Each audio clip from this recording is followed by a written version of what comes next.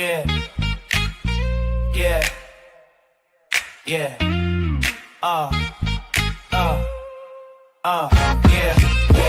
Yeah, it's your boy E-Man. Falcons Fandemic, we on that plan. All the hype in the city, let me break it down. Atlanta Falcons, wear the crown.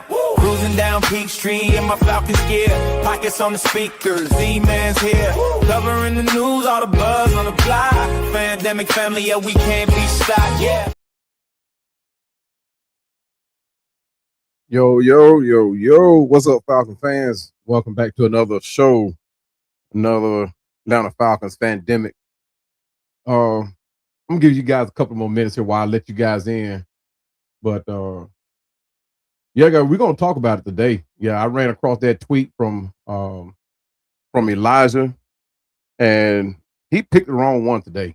I haven't did a rant in a while, and today, guys, he's gonna get it today. I mean, after all we did for him, and this is the pay that we get, the payback that we get, man. I mean, look, he picked the wrong fan today. He just did. And hold on, give me a second, guys. Let me let you guys in here. Okay, we got a lot to talk about this free agency too. There's a lot going on that a lot of you may or may not know about. There are updates to the James Pearce Jr. situation. Update to, I don't think they hired that one last coach just yet. I think they got one more hiring to do, and I got to do my research on that one.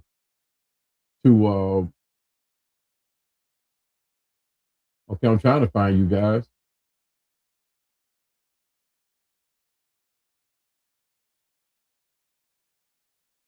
Okay, there we go.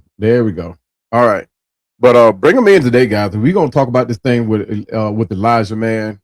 And but I really didn't want to do it, but I don't think that I will sleep well tonight if I didn't do it. I mean, this is one of those things where, it constantly nags at you, right? But now, y'all, I mean, this is not what the platform is about, right? But when you come at my team, I gotta let you have it. I don't care whether or not our team is in the wrong, whether we're in the right.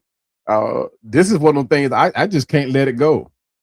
This is and several content creators already have went in on Elijah Wilkinson. He's a former offensive lineman for the Falcons that we actually gave a second life to, pretty much.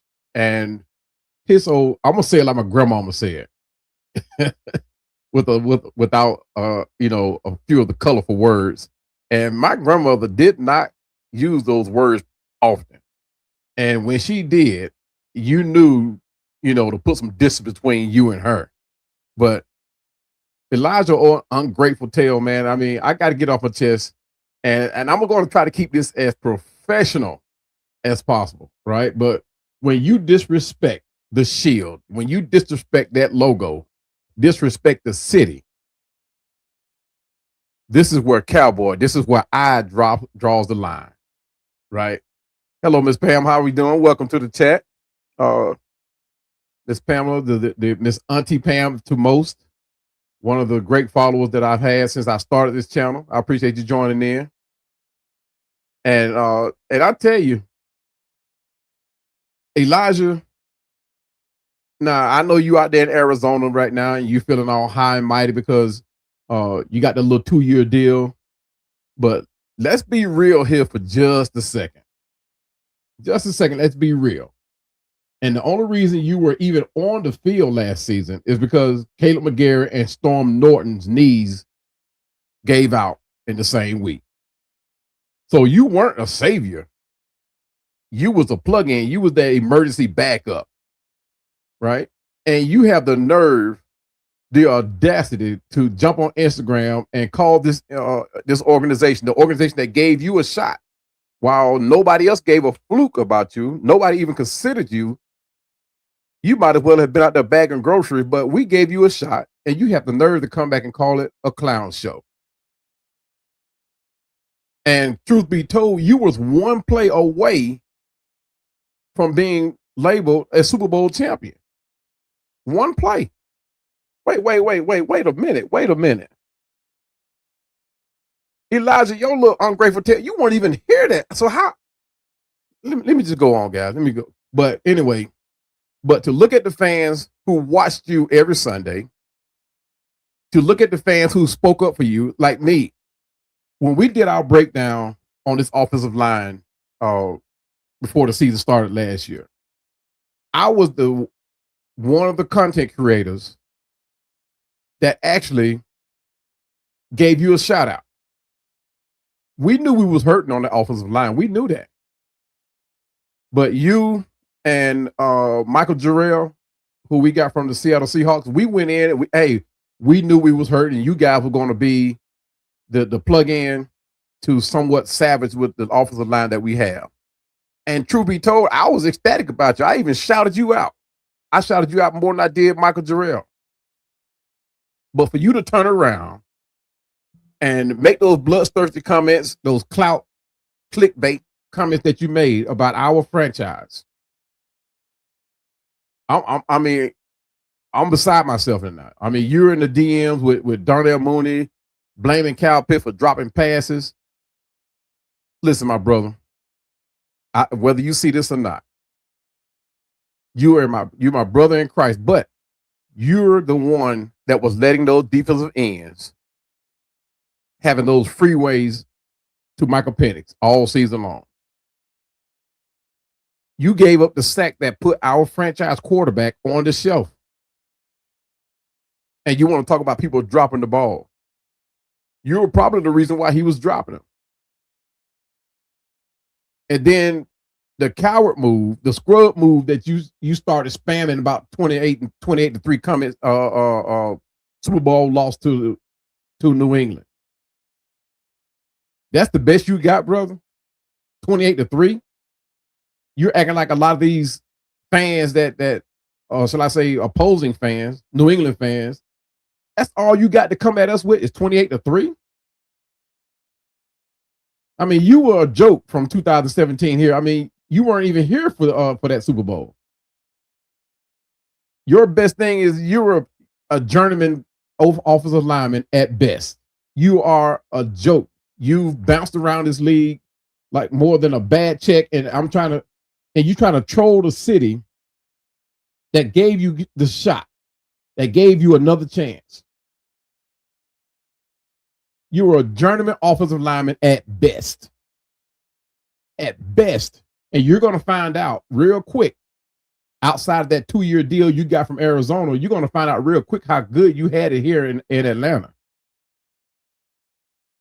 Because truth be told, you should have stayed here. You should have fought to stay here.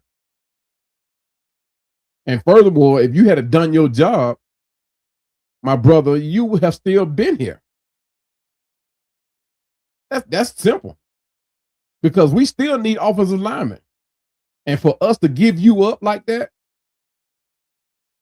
knowing that we still need offensive linemen, they had no faith in you. So you're in your feelings because you got passed away to Arizona.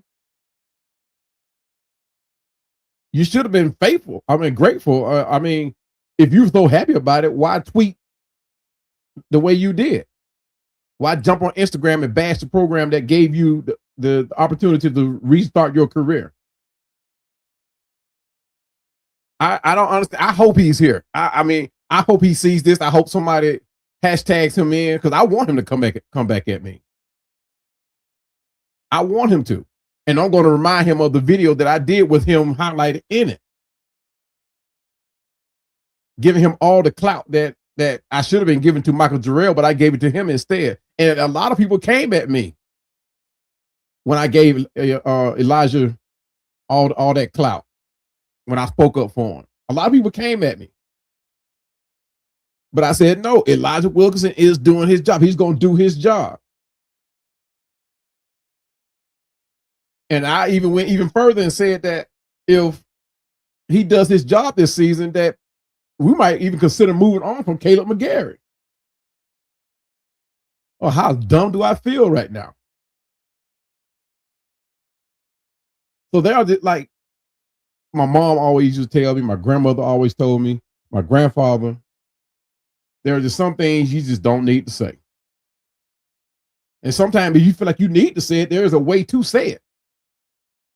But right now, I'm choosing my way to say it. My brother, that was a coward move. That was a scrub move.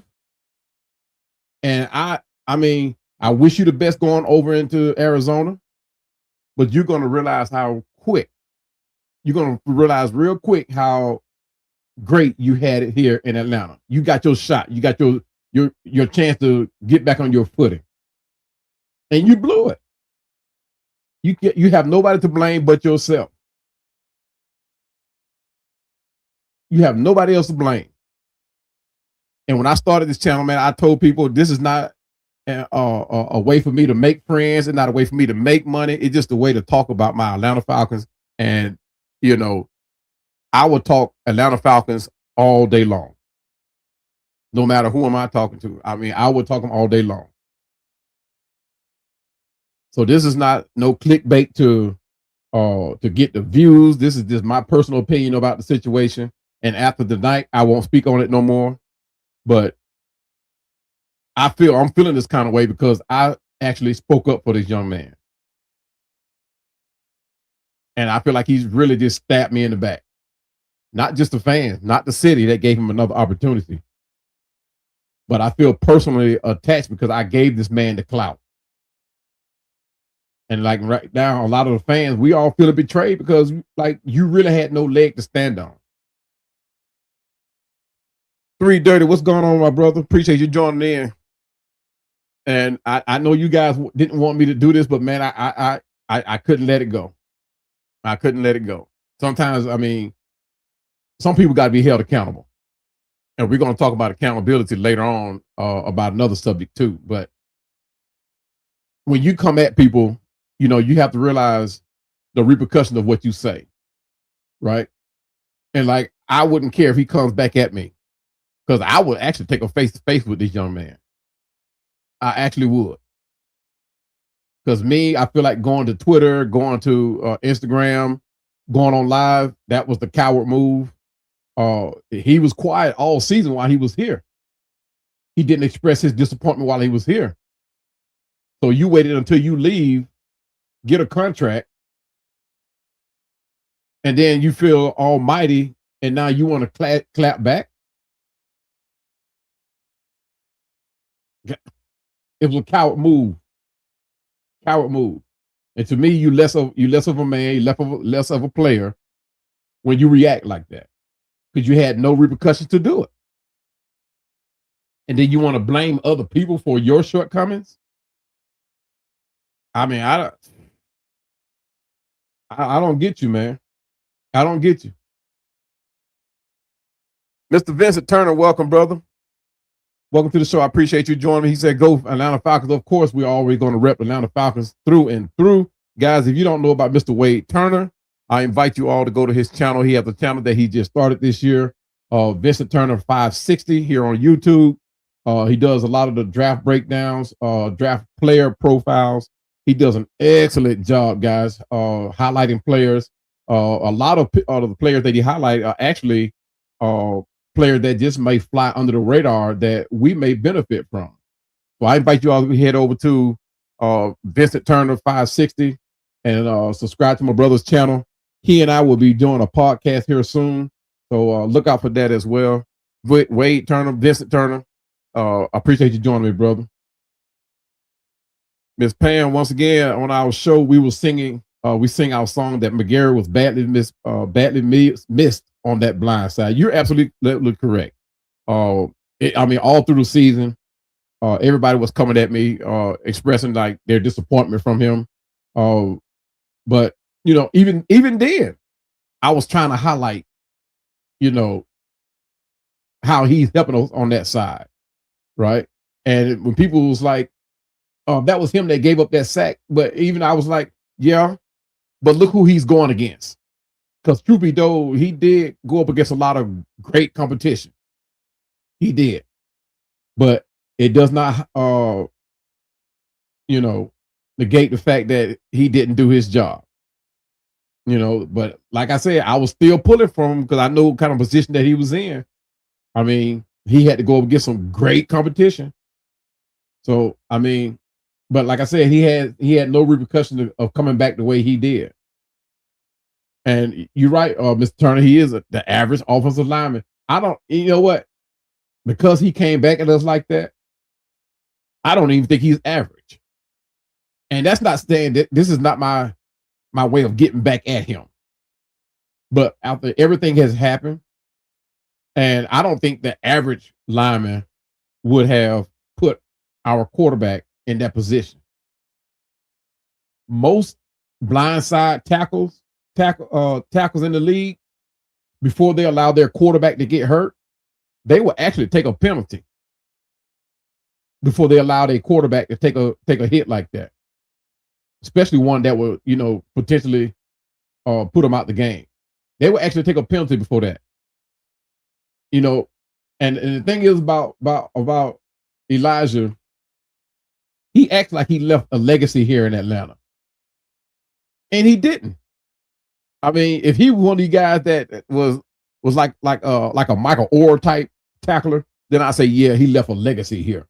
If he came in and did his job and then he moved on quietly, I say, yeah, he left a legacy here because he was actually put in a position that we shouldn't put players in, but he still did his job. But like I said, he didn't leave a legacy. All he did was left a trail of yellow flags and he burned a bridge, one that you could possibly see from space, guys. And I'm gonna tell you, like grandma used to say, not grandma, one of my uncles used to say, don't let the door hit with the good Lord split you. Is that how that go? See you. Good riddance. And just know that there is no revolving door. So enjoy that desert, because you just turned a whole city against you. And trust me, brother, Atlanta never forgets. And if I'm not mistaken, I think we do play Arizona this year. Y'all correct me in the chat if I'm wrong. I think we do play Arizona this year. So don't think that we will forget Mr. Elijah Wilkinson. Don't be surprised that you get a little bit more attention than you want in that game. Because truth be told, you burned this bridge and you're not there. You're not that player. You're not that guy. You're not that man. You have no legacy here in the NFL. So guys, I mean, I'm sorry I had to do this, but I mean, I don't know. I was actually shocked. I think I was in somebody else's podcast when that was brought out. And I was asked about how I felt about it. And I'm like, wait a minute, did he say that? And I still couldn't comment on it because I actually wanted to go read it for myself. What to do, Georgia Texas Boy? Guys, another one of our great content creators. Got Texas Boy Speaks. He and I are always together on a show somewhere, on somebody's show on the same platform, sharing Falcon content, sharing Falcon knowledge. He says, what it do, Atlanta Falcons Fandemic and Falcons family, the new era is here. And truth be told, and we will jump into that here in just a second. But yeah, guys, if you haven't had a chance to go check him out, please, by all means, go check out Texas Boy and his content and his channel. And he's been around for a while. And we've been encouraging him I feel like for years. It's only been a few months for me, but we feel like it's been years we've been trying to get him to start his channel up, and he has not disappointed. He started up and he's got the ball rolling. He's joining this new era that we've started here in Atlanta. And so look out for his content, guys. Look out for us, because we're doing a lot of things here together, and look forward to doing even more. So go out and check out Georgia Texas Boy on YouTube, and I trust he has what you want. So to finish this off with Elijah Wilkinson, my brother, look, this is not done out of ill intent, but at the same time, when it comes to my Falcons, I stand 10 toes down with them. I'm not going to let you talk about them. I mean, I go head to head with people who are fans of Atlanta and want to talk about Atlanta. I'm sure not going to let nobody who used to play here that we gave a second life to talk bad about them, or another opposing fan. So, like I said, Enjoy your time in Arizona. I wish the best for you over there.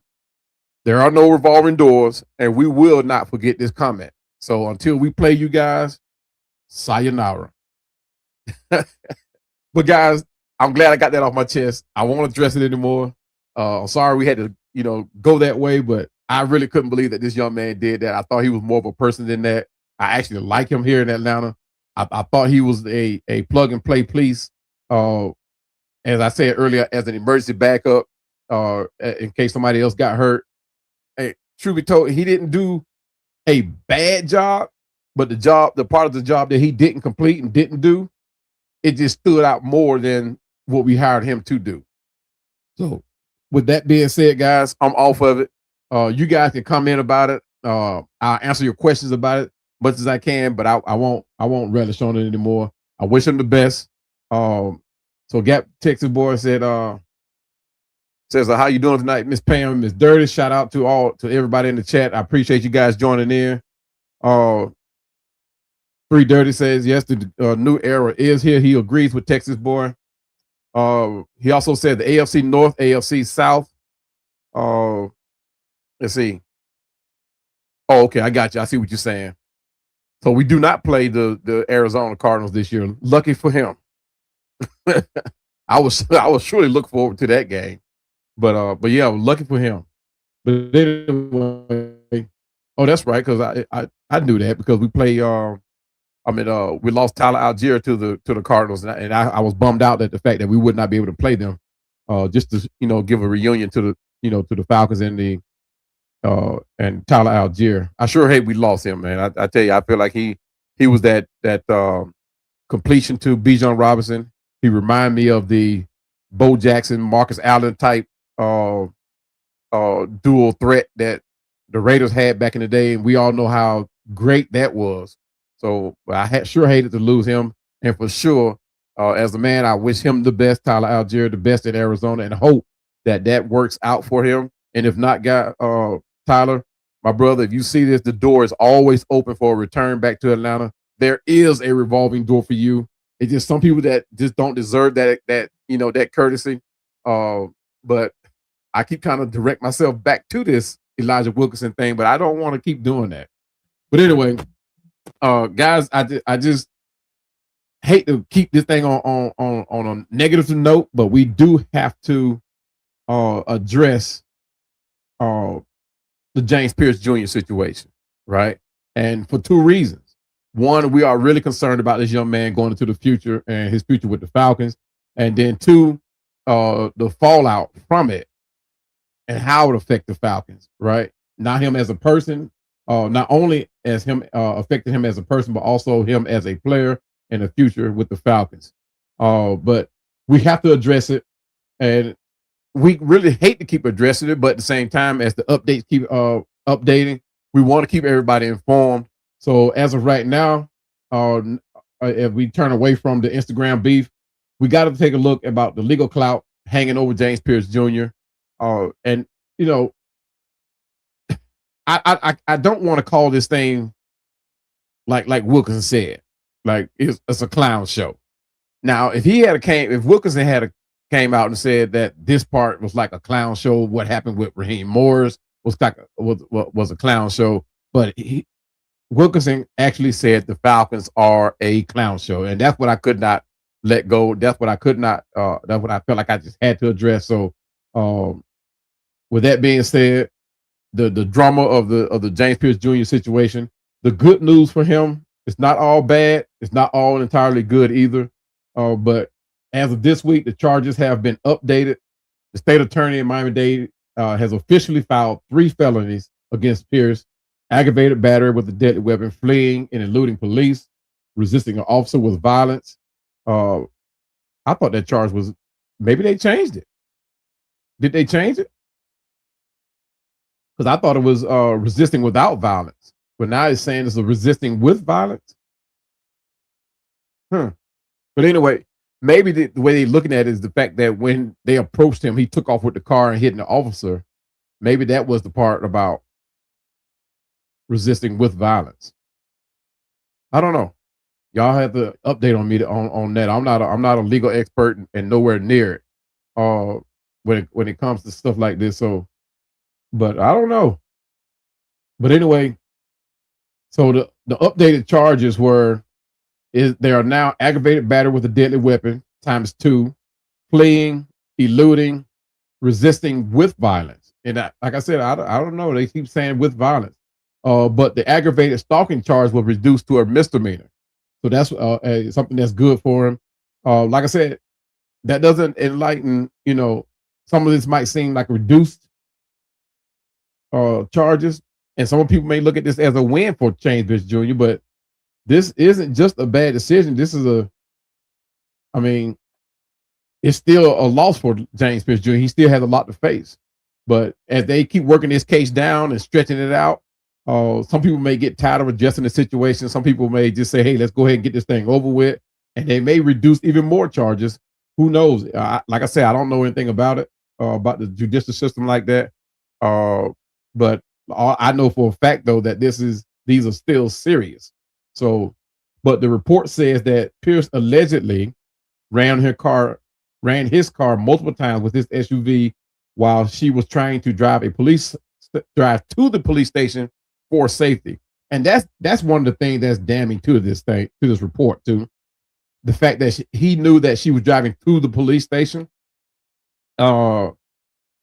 is going to kill him. It's going to backfire on him. It's going to kill the case. I'm gonna put it like that, not him, but kill the case. But when you look at the severity of it, right? He pulls up, his girl takes off, Rakia pulls off. She's headed to the police station. They get there. And from the scenario, what the report is saying, and I didn't know this until this report came out, that most of this allegedly happened right around and inside the vicinity of the police station. Not even 1,000 feet from the police station. So there are cameras that's going to justify what exactly he did. So how it came out was he rear-ended her. He gets out, goes over, tries to open the door. She takes off again, goes around the police station, trying to find a way in. And once he realized where she was going, that is when the second occurrence happened of him ramming his car head on to keep her from getting into the parking lot of the police station. Guys, this report is crazy.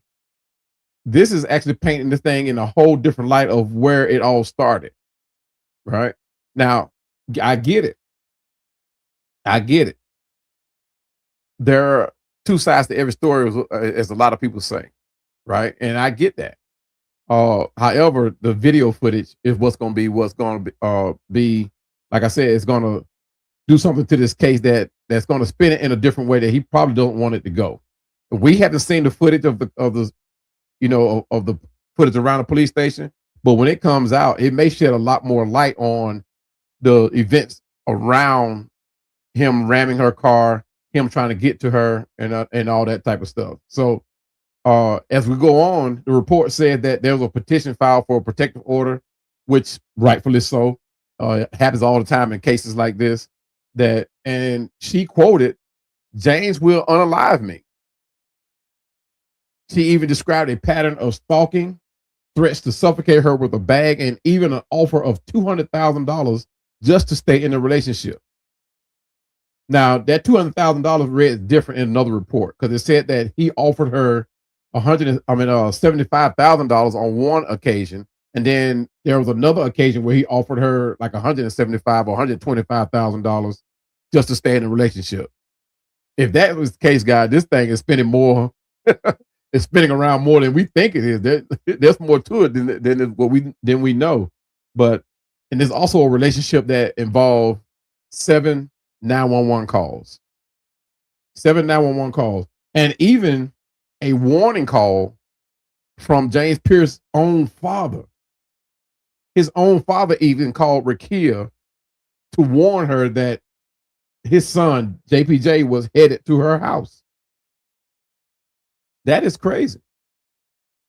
Now, normally you wouldn't think something like that would happen, right? But his father felt the need to call her and say, "Hey, my son is on the way to your house." And it wasn't like it was a, hey, how you doing? You know, that type of thing. I'm checking on you. No, this was a warning call from his father. So I'm wondering if that's the case, was James already showing a display of rage before he even left California? Did people, did people see this before it even started? 330 says the charge of striking the officer was dismissed by lack of footage. Yes, sir. Yes, sir. Well, I'm trying to figure out why they still saying, this is a recent report that's still saying that he's still being charged with resisting with violence, because initially they were saying it was resisting without violence. So I don't know how that, if it was upgraded to that, or because I don't know. You guys, like I said, I don't know anything about the legal system like that when it comes to domestic violence and that type of level of violence. I just don't know. But guys, I'm gonna tell you, we're a family first podcast, right? We're humans first, right? We're a fan first, right? We're a team first. We're a Falcon first. And truth be told, guys, for me personally, this is a bigger than 10.5 sack situation, right? This is about accountability at this point. And not to get too further in depth into this, the NFL is investigating the Falcons, are investigating, and the Falcons are continuing to look at it from from the comments from Ian Cunningham and Kevin Stefanski. Kevin Stefanski opted not to even say anything about it. Ian Cunningham said that the Falcons are still looking into it. So I think they're actually going to await the fallout of the judicial system to make their decision. But you got to remember, you traded away your first round pick to get this kid. And that's what we did as an organization. You don't just have a first round pick in April. So if James Pearce Jr. is gone, our pass rush is just a hole. It's a canyon. I mean, yes, we have addressed that, and we'll get into that here in just a second. We have addressed that, but it's hard to replace the 10.5 sacks. But like I said, for me personally, this is more than a 10.5 sacks, production that being lost from the field. Because, I mean, truth be told, guys, that situation could have happened to any one of our fellow female friends, fellow female fans, aunties, aunts, nieces, sisters, wives. That could have been any one of us in any given situation, right? And this is not to place anybody into that situation, but at the same time, it's happening all over the league. It's not just one of these things, because truth be told, there are a lot more cases being swept under the rug, and players are being slapped on the wrist because of, not because, but in situations like this. This James Pearce Jr. situation just stood out because 911 calls are being made, and the level of violence that was displayed going into the conversation between Rakeem Jackson and James Pearce Jr. Right? So this is why players like Cameron Thomas, Aziz Aguilar, Azizi, is that how you say his name? Aziz Aguilar. But anyway, these signings, this is why it matters so much right now. And I know you Georgia Bulldog fans are all over this one. I mean, you talk about yet another Bulldog on the roster. you guys are probably eating this up all day long. All we need to do now is add a couple of Miami Hurricanes defensive players, and we got this thing wrapped up back on defense, right? That's a hint. But these players just aren't death pieces anymore, right? And as we consider James Pearce Jr. in his situation, you have to prepare for the worst, and that's exactly what Atlanta has done. They might be just the stand-in between us and a defensive collapse, going into the season. They might be the answer. I'm actually ecstatic about looking to seeing what Cameron Thomas does, along with Christian Harris. But James Pearce Jr. now has a hearing on the 21st for a permanent injunction, and you better believe that every second of it, I'm going to be watching. and along with all the other Falcon fans and content creators. But not only us will be watching. These advocacy groups, because I'm still trying to get my hand on that letter that a certain, well, she's not an insider, she's actually an employee that's supposed to hit Arthur Blank's desk. And this is not an email. This is an actual letter that is coming from someone that works with the Atlanta Falcons group that I don't want to say the capacity because I don't want to put her job out there. But this letter is supposed to be sent or have already been sent to Arthur Blank. I'm still trying to get my hands on it. If I can persuade her to do that, even just a snippet of it, I would take it. But guys, the advocacy groups, this employee, they're not going to live this thing down. They're not going to let Arthur Blank not address this thing. At some point, he have to come full face with it and address it with the fans, address it with the city, address it with James Pearce Jr. He's probably already addressed it with him. But at some point, this thing is going to have to hit the stage like nobody's business, like a first round draft pick in the draft. But he has to do it. But that letter, if I even just get a snippet of it, I'm going to share it with you guys. If not all of it, depending on how much I get. But for now, we got to look forward to the draft, guys. Without that first round pick and without our star edge rusher, James Pearce Jr., our blue chip guy, being locked up in judicial system. But he's on the street now. I'm just saying locked up in the judicial system because he can't do anything with us. But we have to go to plan B. And the plan B was the free agency that Ian Cunningham just went through. And truth be told, guys, this thing feels like a draft already with the players that we were able to get. And not a whole lot of flashy pieces, but when you put these pieces together as a team, it looks pretty good.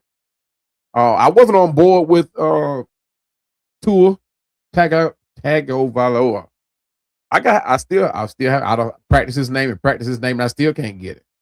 So I still wasn't on board with it. But when you look at it, the picture as a whole, the money saved, the potential of how the whole situation looks is a B+ move to me. I think that what I have to keep reminding myself is it's just for one season. It's just a look-see for one season. And it also gives them enough time for Michael Penix to get back to health, full-fledged. Now, truth be told, I think this is a true quarterback competition. A lot of people disagree. A lot of Falcons content creators disagree. But this is true quarterback competition. And to say why, because right now, Ian Cunningham and Stefanski don't have ties to Michael Penix Jr. So we didn't label this guy our franchise quarterback. The previous regime did. So Ian Cunningham and Stefanski, they have to do their due diligence. They have to put the quarterback room in the competition to see who will be that guy. And I think the only reason, and this is just my personal opinion, I think the only reason Michael Penix is still here is because we used a first-round pick to grab him. That's just my honest assessment of it. Now, I know the abilities of Michael Penix. We saw the flashes of it at the tail end of the 2024 season. More notably, the game against Washington and how he played in that game. The game and several games this year. Matter of fact, we saw the flashes of what Michael Penix could be with the franchise. But you guys remember what we said. This team is going to look a whole lot different from what it is last season. He's not going to have the same receivers. He's not going to have, he will have the same running back, but we're in a different system now. So the only receiver that he has returning that's going to be here, so I say the only two that's going to be here that played with him through the season is Drake London and Kyle Pitts. Yes, Casey Washington was here, but he didn't play a whole lot with Michael Penix. Chris Blair, I can't wait to see what he does. From my understanding, we signed him today or yesterday. We officially signed him. I can't wait to see him get his opportunity because it's long overdue. But this quarterback competition is exactly what that is. It's that competition between the two. Now, what I like about Tua is I think he's at 71% win percentage against the NFC, which is not bad, but it's not good. But at the same time, it's a consistent piece, right? He does pretty good playing against the NFC. And not only that, he plays even better in the Mercedes-Benz Stadium. So that's something to look forward to, and how he handles playing for the Falcon as a Falcon against the rest of the NFC. I think it's a win-win situation.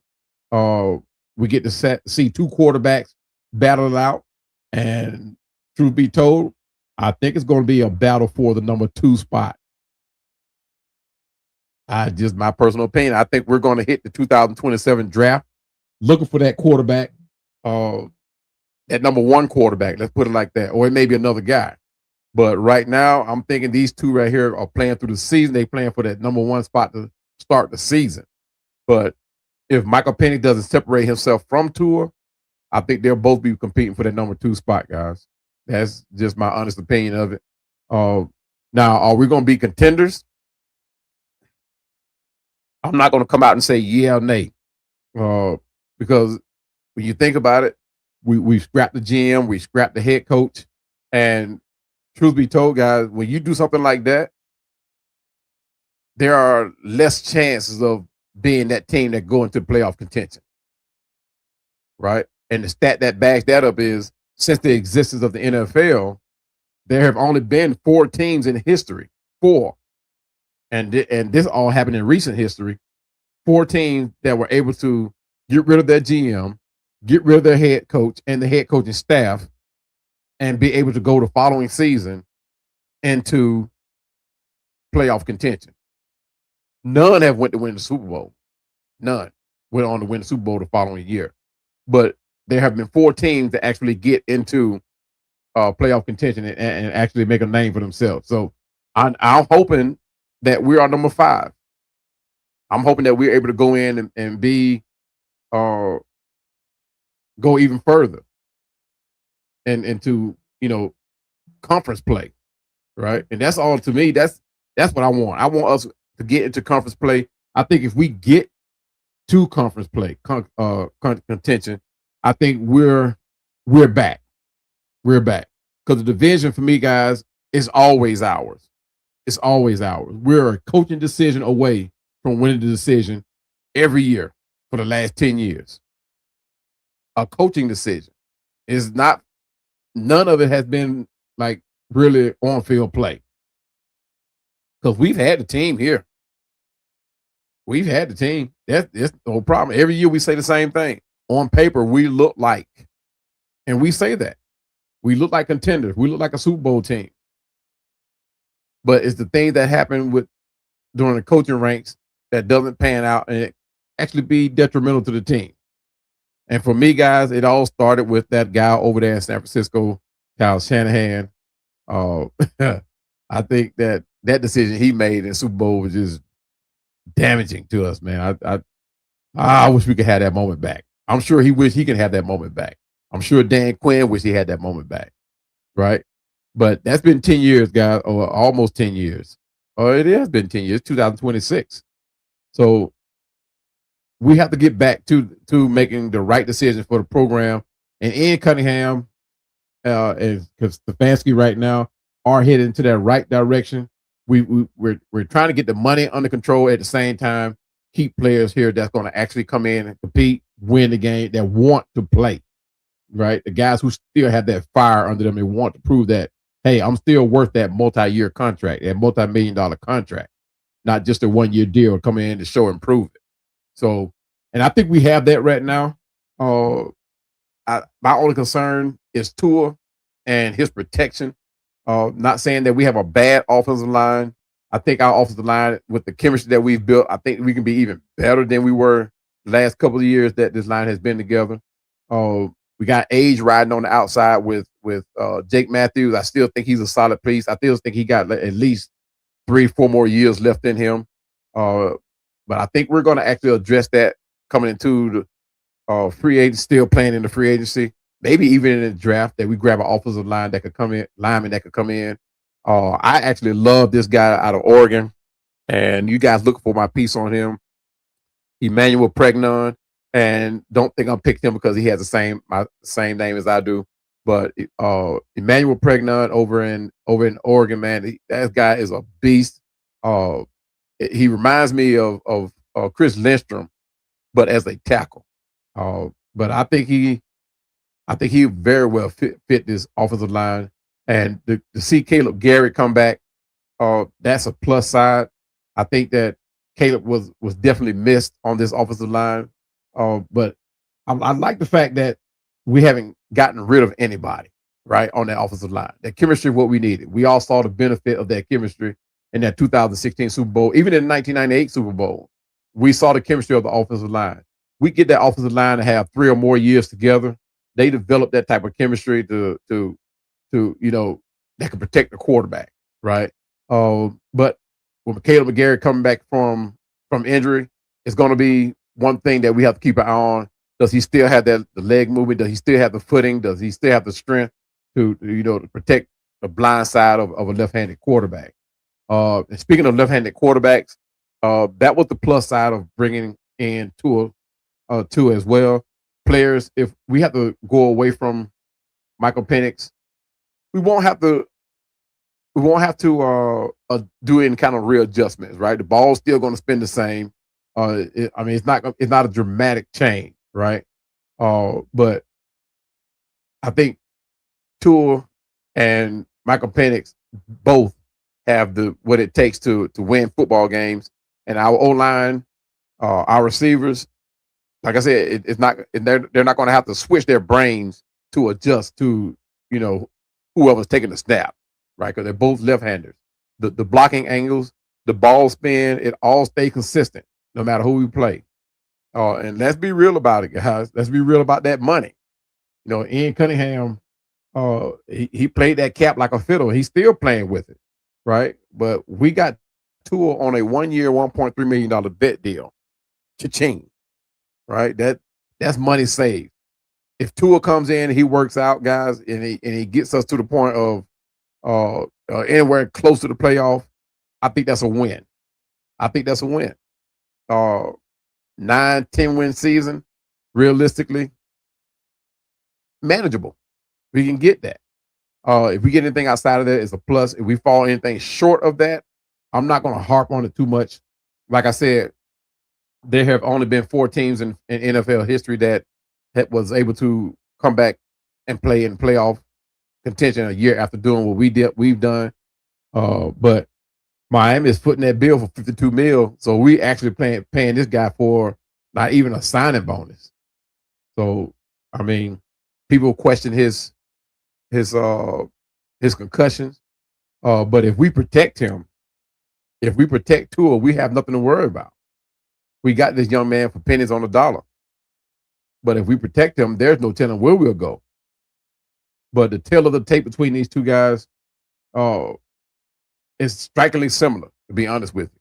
Both of them are familiar with the program that we the Kevin Stefanski offense. Both are timing based type point guard type quarterbacks that can orchestrate an offense. But what set them apart is Tua's concussions and Michael Penix recovery. That's what set them apart. So just in case one is not able to go, we do have a viable insurance policy, right? So if Tua is number one, we have a great backup plan. If Penix is number one, once again, we have a great backup plan. But if Penix isn't 100% by September, it's going to be a Tua show all day long. I think coming to the start of the season, training camp, they're going to want to see a lot more Penix than usual. They're going to see exactly what he can do. And one of the things that we want to see is Michael Penix coming from up under center. We have to see that. I think that I think that seeing Michael Penix come up on the center is going to be one thing that I'm going to be looking for, because about a month ago, I watched about maybe 4 hours of footage of Michael Penix. And of that 4 hours of footage, not one snap came from up on the center. And this was stemming from his time from Indiana to Washington. And it really wasn't, I'm not going to say he didn't do it at all, but he really didn't get a full introduction to it until he came here to Atlanta, right? So there, not only there's development to see whether or not he can come up on the center, but we also have to consider his injury, his legs being able to stand up to the constant bending, the constant stepping back, his 3, 5, 7 step drop, whatever step drop he uses. Can he go the whole game like that? And we have to consider it, to be honest with you. But this is, like I said, this is that open competition. But I want to hear from you guys, man. Are you team Penix on this one? Are you team Tua on this one for week 1? Hit me up. Let me know in the chat, guys. Let me know. Team Penix, team Tua. But if we move on to the next subject, guys, of the free agency, there are a lot of moves that we've already made. But I'm thinking that with this the free agency move that we have, as I pull up my notes here, there are going to be a lot of, like I said, this thing as a team, right? We made a lot of defensive move in the trenches, and this is one of the things that Ian Cunningham loves to come in and build from the trenches. Now, we had a core here already, right? We had Ruko Rojo, Brandon Dorless, we had Ebiketie, we had Onyemata, we got I don't know if Hand is here or not. Is he still here? Is Hand still here? No, the other Hand, not not that one. But there are some hold on, let me get this thing back down. But there's a look of the defensive line, guys, that I think is not complete. And I'm only thinking that because we still haven't picked up the guy that I want. And the guy that I want is kind of a suspect piece. I know he's not a suspect piece. He's a controversial piece. But the man does an outstanding job at what he does. The only thing that concerns, it really don't concern me. It really don't, because there's a way to get him, and save our team and our money, right? And that's Christian Wilkinson. And I know a lot of you like, hey man, let me log off from this guy, man. This Christian Wilkinson, man, he's a locker room cancer. He's an off-field cancer. But guys, the man does what he's supposed to do on the field. And I think if we were to even consider him, that there's a clause that should be put in his contract to save us, right? To address the off-field issues, the locker room issues. And truth be told, guys, he left the drama that he was involved in. He left that in Las Vegas. Truth be told. I mean, when he left Las Vegas, he went to Miami and had a field day. And I mean, a literal field day. He like he was having fun out there. But the guy, it takes 2 guys to block him. You're not going to block him with 1 guy. And I'm not just saying that because I want him. If you go back and you watch the footage on Christian Wilkinson, guys, there's no 1 guy that's going to block him. Watch the tape. Watch the footage on this guy. Now I realize we brought in. Let me bring up my notes here. We brought in, what his name? Deshaun Hand, Channing Tittle, Chris Williams, and those are not the only ones. To help fill that gap, right? But the guy that I know that can fill this job, guy that can do this job every play. And you talk about a guy that has a relentless motor. Watch him. He wants to be in every down. He wants to be in on every play. And guys, you don't teach that. And this is, I'm going to even take it another step further. He is that relentless guy. He is that guy. He is that Ray Lewis at nose tackle. Go back and watch the tape. Go back and watch the tape. Watch the footage on him. 3 Dirty said he's team healthy on quarterback all day long. I see you on that one. I feel you on that one. I just want a healthy quarterback myself. Hey, Dirty Bird Fly Through is in the building. What's up, Dirty Bird Fly Through? Another one of our great content creators, guys. This is another guy that has fun at doing the Loud and Falcons content. I have been on his show several times and had fun every time I was there. We share a lot of great content. If you haven't had a chance to, please, by all means, go through and check out Dirty Bird Fly Through. He is that young, and what trips me out is I always thought he was an older guy, right? I found out the other day this young man, and he's putting out content like this, and he's able to talk about Atlanta Falcons. I mean, he holds his own. But by all means, guys, go check him out. Dirty Bird Fly Through. If you're watching this right now, go check him out. These content creators that I'm sharing with you, I wouldn't share them with you without recourse, guys. These are guys that I can say beyond a shadow of a doubt, they make following Falcons, the Atlanta Falcons, worth it. Appreciate you joining me, Dirty Bird, Chandler. Look for you. I think you said you were going on tomorrow night. I believe you said. But I look forward to being on again with you, man. Appreciate you as always having me on your show. D-Mac says, as a Clemson Tigers fan, I am very disappointed in the play of Christian Wilkes. He's not a, what's a RU, brother? What's a RU? Let me know what's a RU. But I tell you what, I was disappointed on him. I watched him at Clemson, right? I'm a Miami Hurricane fan, but I watched him over at Clemson because of what a lot of people were saying about him as a prospect, NFL prospect. And when he finally got to the NFL, I actually looked for a lot from him. But it was his off-field issues that I think he's just a big, huge kid at heart, and he has not grown up because he loves to play for some reason, and it's transcended onto the field. You know, to be honest with you, but like I said, it has not affected his performance on the field. Ask Miami about him, and truth be told, I know if fellow players. Let's put it like this: if the fellow players had not joined in and made the comments about him, it wasn't a whole team. It was literally two players who went in on Christian Wilkes, man, and that was the part that did him in Las Vegas. But I know they hated to see this man go. The fans probably hated him to see him go. I know I was looking forward to see him, just like D-Mac.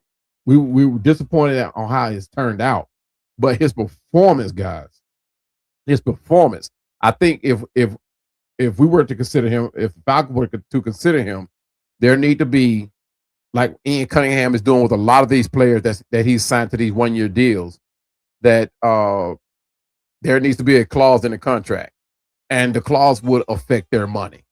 And a lot of time when it affects the money, a lot of these players have a different mindset. You know, they come in and want to do their job, and that's it. Now, the other plus side to getting Christian is he'll be cheap. You're talking about a 1-year deal, he'll definitely be cheap. But I implore that you guys go watch this young man, watch his footage, and you will agree. I'm telling you, you will agree that this man is exactly what we need in the middle as a run stopper. Now, what Ian Cunningham has done so far as a team, we look like we got some run stoppers in here. The defense is like we're going to be able to stop the run this year, and that's the whole idea of building in the trenches. Something that Terry Fontenot didn't do. I think Terry Fontenot was trying to build from the outside in as opposed to the inside out. And for years, guys, Atlanta has fell, short of winning in the trenches. Let's put it like that. Georgia Pride, what's going on, brother? I appreciate you joining me. He said, "What's good, Falcons fam?" Hey, appreciate you joining in, my brother. He's a fellow follower, a supporter of Atlanta Falcons Fandemic. I appreciate you coming. Everything's all good, brother. We just got to get through this free agency and head on to this draft next month. And hopefully hopefully we'll be able to keep addressing like the way we are right now. Because as of right now, man, we're looking real good as far as free agency, and it seems like we're going to address even more because we're not done. Because truth be told, we have not really spent a whole lot of money at all. Now, at the same time, we have lost some players too, right? We lost some players that we would love to have kept. Tyler Algier, Caden Ellis. I would kind of not holler was sold in on Art Darnell Mooney. I'm going to say Art Monk. Man, my goodness, you know how old I am. But Darnell Mooney, I don't think he's healthy. I still don't think he's healthy. But I don't think he's a number 2 anymore. Just put it like that. I don't think he's a number 2 anymore. And people may say, well, it was a quarterback play. That may be true. But at the same time, I don't think he's a number 2 anymore. I still think he has the speed. But as far as doing everything else, I think Zacchaeus will come in and fill that spot very well at the number 3 spot. Zacchaeus, he's definitely number 3 for us. Johan Dotson, he's that number. I think he's going to come in and fill that number 2. And I still don't think we're finished. I really don't. I still don't think we're finished. A lot of these guys know that they're coming in here for a 1-year deal. They're coming in here with the possibility of not even being here in 2026. They're coming in here to show and prove that they can make this team. Hence the fact that we're only signing 1-year deals with 1 point something million or 2 point million. Or I think there's only been one multi-year contract that was extended out. And I think that was extended to, who was that given to? Was that to one of the kickers? Yeah, but I think that was only extended to one of the kickers, I think. Everybody else has been signed on a 1-year deal. I have to go back and check that. I didn't put that in. I can't believe I didn't put this in my notes. But anyway, the kicker position, man, that's another thing they went out and addressed real quick. And one thing for sure, they after spending $15 million, they got 2 of the best kickers in the NFL. One of them possibly one of the best kickers in NFL history. So, I mean, guys, this is one of those things where, hey, we've lost a lot of games because of our kicking, right? So, I mean, spending $15 million to get 2 of the best, hey, I'll take it. I'll take it all day long. Where was I? I was talking about the free agency. Now, one player that I'm looking for a lot out of this I'll be looking forward to play, let's put it like that, would be Cameron Thomas. Cameron Thomas, that guy, he's a run stopper, and he can get to the quarterback. And that's what we need off that edge. Since we won't have, or possibly without, James Pearce Jr. And like I said, we got to prepare for the future just in case, right? It is one of those emergency situations. So to have his caliber type player come in, I think we stole them. I think all these players, I think we stole these players. Christian Harris, the linebacker. What's the other guy? Hold on, I'm grabbing notes here. Chris Williams out there on the edge. Ojulari, who, like I said, you Georgia fans going to love him. Ojulari, a lot of people, we're going to look forward to see what he got, because a lot of people saying he should have been here, when the Eagles grabbed him. But let's see, who else did we pick up? We lost Leonard Floyd. We extended Laquel London. Who was the other guy? Let's see. I'm still wondering on JD Bertrand. Why is he still here? Not to talk bad about the guy, but we saw he was expendable. So I'm trying to figure out why he's still on the contract. Same thing with Troy Anderson. I understand why they want to have a look-see at Troy Anderson. He hasn't played that much in the last couple of years, but I mean, 1 year is long enough to be off the field. But he was almost 2 seasons.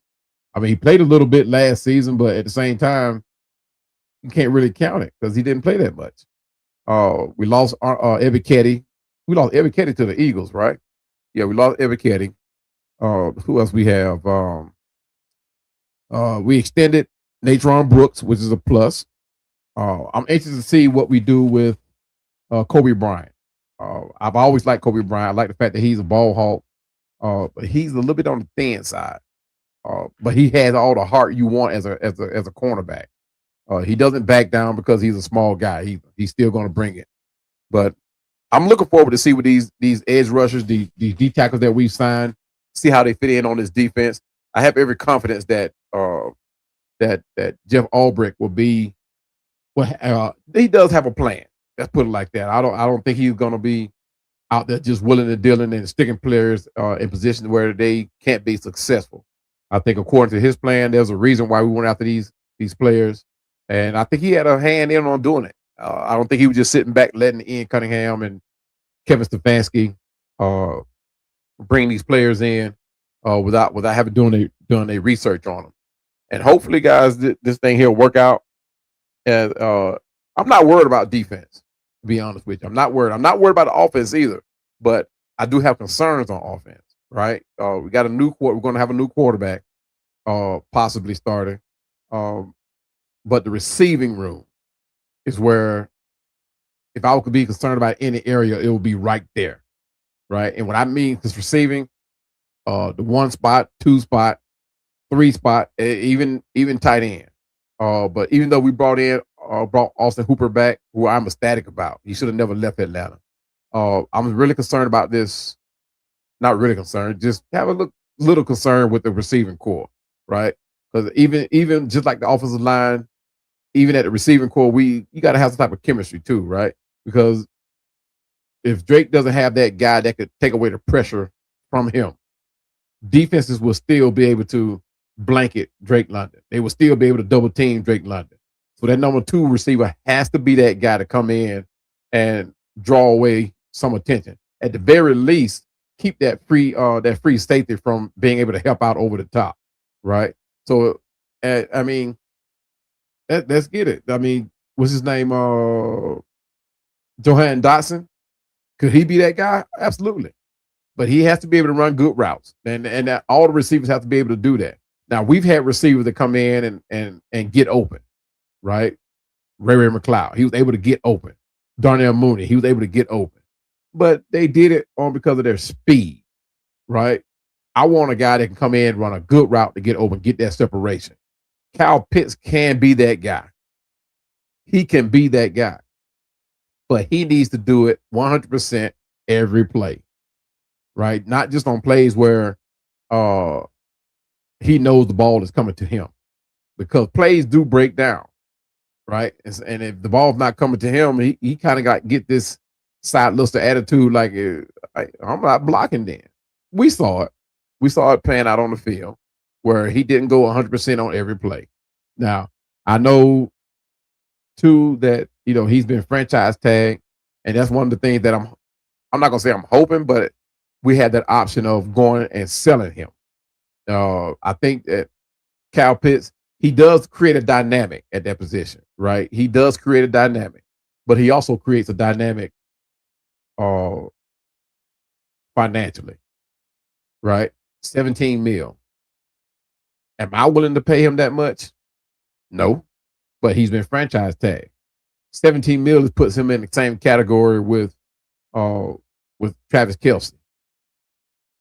Travis Kelce don't make 17 mil a year, I don't think. But for me to pay a guy that much, he needs to be that guy. He needs to be that contact person. I mean, that guy I can depend on play after play, whether he getting the ball or not, right? He needs to be able to draw attention away from Drake London. Can he be that guy? Absolutely. We've seen it. We've seen the connection between him and Penix. We've seen it. On some plays, we even saw it with Kirk Cousins. But he needs to be that guy if he's going to be able to do it, especially at that tight end position. And I'm not opposed to even move him over to the slot as a wide receiver. I'm not opposed to it. But I need for him, if we're going to keep labeling him the unicorn, we're going to keep labeling him as the guy that can take advantage of cornerbacks, linebackers, safeties. Then he needs to do it. And he needs to do it on a consistent basis. Are you talking about a guy that's 6'6", 240 or better? Come on, man. There aren't many linebackers that size. There aren't any cornerbacks, I don't think, that size. There's sure not any safeties that size. So he's an obvious advantage for us. And I think him and Penix does have had more of a chemistry than him and Kirk Cousins. and we saw it pan out on the field. So Michael Penix needs to, not Michael Penix, Kirk Cousins, Kyle Pitts needs to be that guy. He needs to show to Stefanski, I can operate in your system. And also, when we're talking about the tight ends, what does bringing in Austin Hooper mean for the rest of the tight end room? Because you remember, we got Charlie Warner, Kyle Pitts, as well as Teagan. I can't pronounce his name, so still got Teagan. We still got Joshua Simon, who I am really ready to see. We got him, and of course, like I said, we brought in Austin Hooper, and then of course Kyle Pitts. I think that is it as far as tight ends. I want to say I saw one more.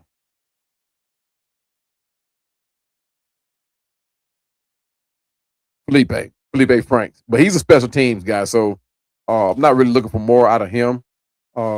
Yeah, so there we have it. Felipe Franks, Austin Hooper, Kyle Pitts, Teagan, Torino. I guess that's how you say his last name. Joshua Simon, and of course Charlie Warner. A lot of people are speculating that Charlie Warner will be that guy that we move on from. I'm hoping not. He's a proven piece, and I know, and I get it. You know, we're making the money. He's making the money, and we're trying to save money, find money. But I don't know. It all depends on what we see in Joshua Simon. And we already know Austin Hooper knows the system. So it's going to be about how Joshua Simon come in and show his worth, if he can operate in this system. Kyle Pitts, what they decide to do with him later on as we get closer to the draft. I think it's going to become more evident at what we do for Kyle Pitts. I honestly think that we do have some teams that are already interested. It hasn't came out. I know early in the season, or later part of the season, from mid to latter part of the season, that the Kansas City Chiefs were expecting interest in him, as well as it was either Tennessee or Houston. One of them was expressing interest in him, which I think would have been a good time to let him go. I think we would have actually could have gotten a first round pick for him, to be honest with you, at that time, because they were in such a dire need. But right now, can we get a first round pick for Kyle Pitts? Possibly. It all depends on what the need is for the teams that are looking for a tight end. What you guys think? You guys think we can get a first round pick for him? Let me know. Would you take a first round pick for him? I know the question came about last night in one of the podcasts that I was in, and if it came down to it, would I take no, that wasn't about Kyle Pitts. That was about Drake London. I'm so sorry. But I would definitely take a first round pick for Kyle Pitts. But at this point, I don't think that teams now, because the draft is so thick with tight ends or people who can play tight ends, do they create that dynamic as Kyle Pitts? No. But who knows? But at the same time, there are a lot of tight ends that are putting up some great numbers, and they did so in the combine. But would I take a first round pick for him? Absolutely. That it'll save us that 17 mil, or should I say 20 mil, because he's going to make 17 anyway with the franchise tag. But the following season is 20 plus. I think it can get up to about 25. I am nowhere in at a point where I'm willing to pay 25 mil for Kyle Pitts. I'm sorry, guys, but I know the market is there. And that's what it is, man. But sometimes you can't play the market. You know, just because the market is there, that don't mean you have to jump in and contend with it. Especially with a guy like Kyle Pitts, right? Who we saw the flashes of him, right? Of what he can do. We like the idea of what he can do, but we don't pay for flashes. We want the guy that's there, you know. We want the guy that can come out and absolutely do the job. And I would have no problem paying 10, I say 10, 16, 17, 18 million dollars to this guy if he came in and was doing Travis Kelce type numbers, right? He did Charlie Warner type blocking. Like, no, that's not saying Travis Kelce was that type of blocker. He wasn't, but he did enough to help the team in that aspect. Right. And that's what you want out of your tight end. Everybody knows when Kyle Pitts is in a game, and they see Kyle Pitts is on the edge of that line, two things are going to happen. We're running away from Kyle Pitts' side, and two, he's not coming off the line from that side. Now, if he's in the slot, they by all means will pay Kyle Pitts some attention. Rightly so, deservingly so. He deserved that attention off that slot, which is why I'm not opposed to moving him to wide receiver. But as far as him as a tight end, I say we move on from him in that position. But the fact that we franchise tag him as a tight end, I mean, we're either going to move on from him or we're going to shop him. I'm not opposed to shopping him. I'm sorry. I know a lot of people are going to disagree with me on that, but I'm not opposed to shopping him. But as far as running back concerns, I think that Nathan Turner is a very good backup. We do have Bijan. We're not going to move on from him. He's that guy that has solidified his spot here in Atlanta for the team, marketing wise. Starting number running RB1, he is that guy beyond a shadow of a doubt. The number 2 and number 3 spots are going to have to be solidified. I think Nathan Carter, I think he can very well come in easily, and he is the smallest running back we have in the running back room. But he runs big. He runs like Tyler Algier, right? But he is smaller than Tyler Algier too, and I think he deserves a shot. To me, he's like Chris Blair. He deserves that shot. He's already shown what he can do. Give him that shot, and let's see what we do. As far as going to the draft looking for a running back, we could, but it would definitely be in later rounds. I don't see us using one of the early round, second, third, or even fourth round to grab a running back. I just don't see it. A lot of Falcon fans are looking forward to seeing Nick Chubb receive some consideration. I just don't like that because of his one.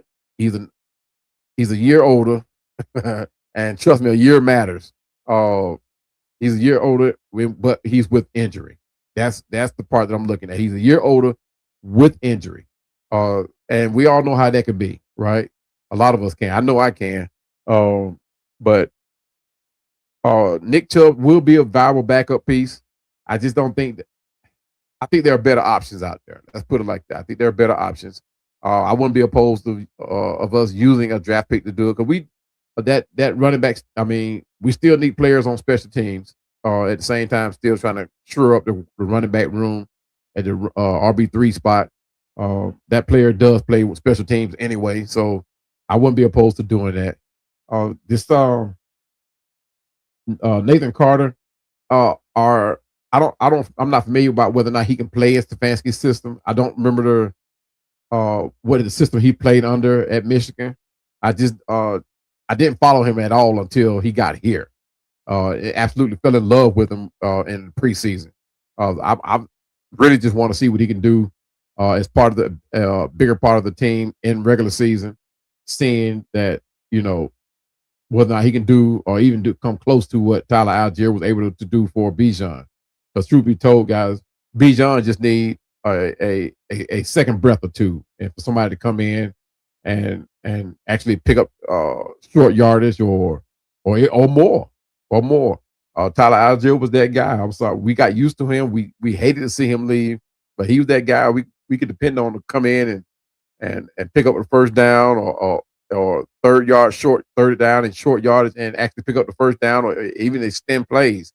But I do think that Nathan Carter is that guy. He's a little more agile than Tyler Algier. That's why I like him. Like I said, for a big guy, he kind of reminds me of Gerald Riggs when Gerald Riggs was here.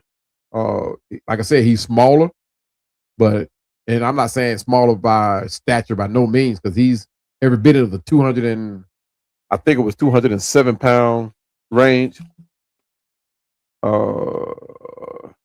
But like I said, he runs every bit like he's 220, 230. He's the big guy. Not big guy. He's they don't even, yes they do. He's 205 pounds, guys. 205 pounds, 5'10". And like I said, he runs big. He runs heavy, runs like Tyler Algier. He's just a little more agile, and that's why I liked him. As far as going back into the receiving core, I would like to see us go hit the draft, grab a receiver. I would take any one of those two over at USC. I would take any one of them. I don't think any of the top 5 receivers will even be available when it's time for us to come pick. I think the top 5 will be gone first round. The only other guy as a receiver I would even consider if he falls that far, which I seriously doubt, would be and I would love him, even with all the tight ends that we got. What is his name? Kenyon Sadiq out of Oregon. He's a tight end. He's that guy that you look for to do what Kyle Pitts is not doing. And what I mean by that, he's one heck of a blocker. He's just as big as a blocker as he is as a receiver, and runs great routes. And on top of that, he can come out of the backfield. And on top of that, he has quite a bit of an arm on him. He can, I'm not going to say he can play quarterback, but he can throw. So, I mean, he's all that guy that you look for. I'm not going to say all utility guy, right? Because, I think that'd be a stretch. But at the same time, what we look for Kyle Pitts, he does that and more as far as being size difference, creating that space between him and the defender, getting downfield, that speed. I tell you, just to gauge you how fast this guy is. And I'm big on football speed, right? But just to gauge you guys that like the 40-yard dash, just to give you a gauge of what he did in the combine, and I'm sure it's no stranger to everybody, this guy ran the same numbers in the 40-yard dash. No, I'm sorry. He ran better numbers than Christian McCaffrey, Bijan Robinson, and Jahmyr Gibbs. And he did this as a tight end. So, and matter of fact, I have a video coming up by him that I'm going to post. But he ran faster, guys. His 10-yard split was even faster. And so you talking about his get off, his highlight reels does no justice for him. It does no justice. I look at the sense of urgency, his get off, the way he plays, and he finishes blocks. And what I mean by finish him, he doesn't stop blocking until that whistle. Now, will he be able to do that into the NFL? I don't know, but his competitive level is there. That's what I like. That's that word right there for him. That competitive level is where it needs to be for that tight end spot. How will we be able to get him? I don't know. Can we get him? Absolutely. It's going to cost us, but we can get him. But he'll probably be going out of the first round anyway. But I would take any of the receivers in the top 10, 10 to 20 receivers. I would take any of those. This draft is just deep with talent, and it's been one of those. It's going to be one of those drafts that supersedes a lot of the other drafts too, because like I said, there's something from every spot. I mean, outside of quarterback, it's not that deep at quarterback, but next season it will be. Next draft, I say 2027, but this 2026 draft is kind of skimpy on the quarterback. But as far as any other position, man, there are talent beyond talent that we could actually benefit from. Offensive line, defensive line in the trenches, wide receivers, running backs if we choose to go that route. I mean, I can't wait to see what we do in the draft, guys. And this thing here, what we did in free agency, and then we coupled it off with the few picks that we have in the draft. We could actually look pretty doggone good next season. And that's not saying too, we can't. There's an opportunity for us to either move back in the draft to gain even more picks, right? Or we can move up. So it's all about how Ian Cunningham looks at it. Like I said, Ian Cunningham and Terry Fontenot, when it comes to draft, when it comes to maneuverability, they are one and the same. Now, like I said, Ian Cunningham likes to build from the trenches out. Terry Fontenot likes to build from the skill players in. And what I mean by skill players, that includes everybody else but the trenches. For some reason, he likes to go elsewhere looking for talent in the trenches, patch pieces. And on that note, Right. On that note, I read a few comments today and was listening to a couple of podcasts, and there are a lot of people that think that Terry Fontenot dropped the ball when it came to him being a GM here in Atlanta. I don't see that, because every year, these same people was applauding Terry Fontenot. I mean, truth be told, guys, he put a team on the map. I mean, on this squad that could actually compete. And every year we say the same thing about these players that we could win with this team. But it just so happened that we brought in the wrong coaches once again. Once again, we dropped the ball when it came to getting the right coach to take this team to where it needs to go. And it's not far. It's not far. Outrunning the South is the model that Raheem Morris came up with. And that is something that's very achievable year in, year out. We should finish 1 or 2, not even close to 3 and 4. That's how we should finish every year in this division. This division, arguably, is, like they say, is one of the weakest in the NFL, right? So Atlanta should come in and run away with this thing. My goal, my vision will always to come in, not only just outrun the South, but conquer the NFC conference. That is where we should be competing at. We should always be up there competing with the 49ers, always competing with the Rams, always competing with the teams that are in the NFC teams. The one that always consistently playing in the playoff or even contending in the playoffs. We should always be there. Our name, when we talk about NFC conference play, Atlanta should always be up there with the NFC contention talk. Always. The NFC South is not a goal that we winning the NFC South is not a goal. Right? If we're considered the weakest in the South, then I mean, come on, man. If we don't win the NFC South, does that make us the weakest team in the division? If we don't win the NFC South, I consider us falling way short of the expectations. Not saying that we're bad, but I think if we don't win the South, something bad has happened. Because we are not that team that can't compete. It's not like we rebuild every year. But every year is something that comes along and says, okay, we're going to keep you from winning the NFC South. But guys, hopefully that'll change this year under Kevin Stefanski. I'm not completely 100% on Kevin Stefanski. But I'm man enough to say that I'm hoping that Kevin Stefanski actually makes me put my foot in my mouth. I'm hoping. But I do like the pieces around Kevin. There's so much experience, so much winning experience. Not only that, so much winning experience surrounding Kevin that I'm kind of partial to the coaching staff rather than Kevin Stefanski. There's a lot of other stuff that I'm talking about that I consider when you bring up his name. So, with that being said, I'm going to continue to watch how he game manages. Continue watching how, because I'm going to be at camp this year, guys. I missed a lot of last season. I'm going to watch how he engages on the field in practice.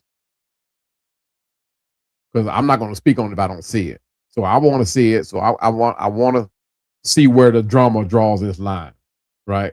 But I like the fact that Matt Ryan is part of the organization now. I like the fact that Bill Callahan, who's very experienced in the NFL coaching ranks and engagement, he is there. Alex Van Pelt, love the fact that he's there. So Kevin has a lot of experience that, unlike Raheem, that if stuff starts going crazy for us, Kevin can step back and say, "Hey guys, I need your help." Raheem didn't have that at all, nowhere. So that's a plus side for Kevin.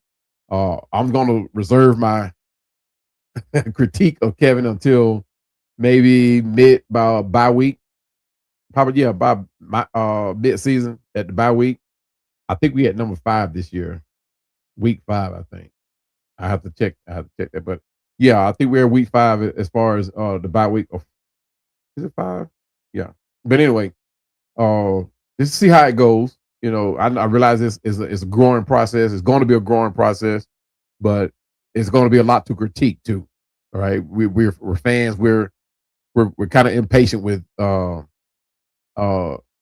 just give it another week. You know, back up and punt, or like Raheem Morris used to say, we just have to go back and figure it out. I know we got tired of hearing that last year, right? But guys, listen, I think I've addressed all the subjects that I wanted to talk about. And I implore you, please drop your comments in the chat. Drop it in the once I post this video. Drop it in the comment section. I appreciate everyone for joining in, commenting. Miss Pam, 3 Dirty Bird Fly Through, D-Mac, G Pride, amen. I appreciate everyone for dropping in to comment on this video, taking the time to watch. I know it's kind of late in the evening. It's getting there for me too, but I could not go to bed without addressing these situations. I was going to wait till later in the week, but I got a feeling that later in the week, something else is going to pop off. I don't know why I'm feeling that, but I'm feeling it. So with that being said, guys, please, once again, thank you all for following me. Please don't forget to hit that like button. Don't forget to hit the subscribe button. There are plenty more to come from. I'm going to try to come on again Wednesday night, Thursday night, and give out some more knowledge or updated feedback on Thursday night on what's happening with our Falcons. Please hit that notification bell so you don't miss out. And with that being said, guys, love you all. Talk to you later. Peace. Yeah.